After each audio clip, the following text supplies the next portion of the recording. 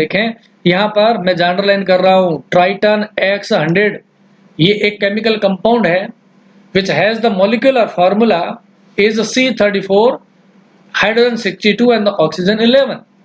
और नीचे इसका क्या दे रखा है, संरचनात्मक सूत्र यानी स्ट्रक्चरल फार्मूला दे रखा है। इस मॉलिक्यूल में मैं देखो गोला बनाता हूं, इसके बेसिकली दो पार्ट होते हैं।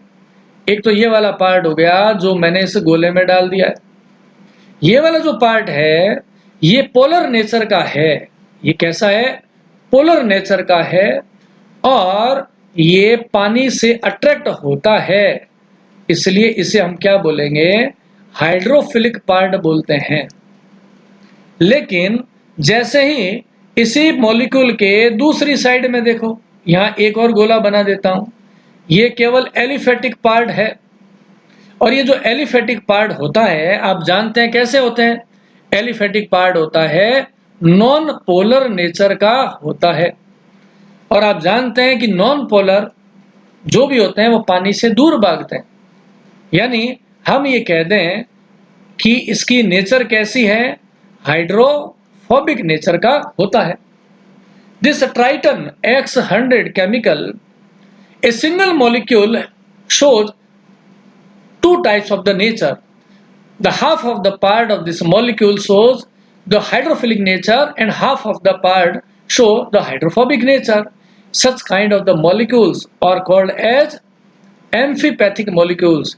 ऐसे molecules जिसका amphipathic, जिसमें दोनों प्रकार की नेचर हो, जिसका आधा पार्ट तो कैसा हो, हाइड्रोफिलिक हो, और दूसरा आधा पार्ट कैसा हो, हाइड्रोफोबिक हो। हाइड्रोफिलिक और hydrophobic both natures are found in a single molecule. Such molecules are called as the amphipathic nature. इस मॉलिक्यूल को अगर मैं सिंपल बना देता हूं तो आप ऐसा ड्रॉ कर सकते हैं, मैं ये कर देता हूं कि ये तो हो गया इसका हेड पार्ट है, ये फूला हुआ मैंने बना दिया, हेड पार्ट बना दिया है।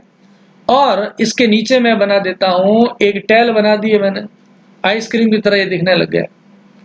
इसका जो हेड कैसा है, हमने कहा हेड इसका पार्ट है हाइड्रोफिलिक है।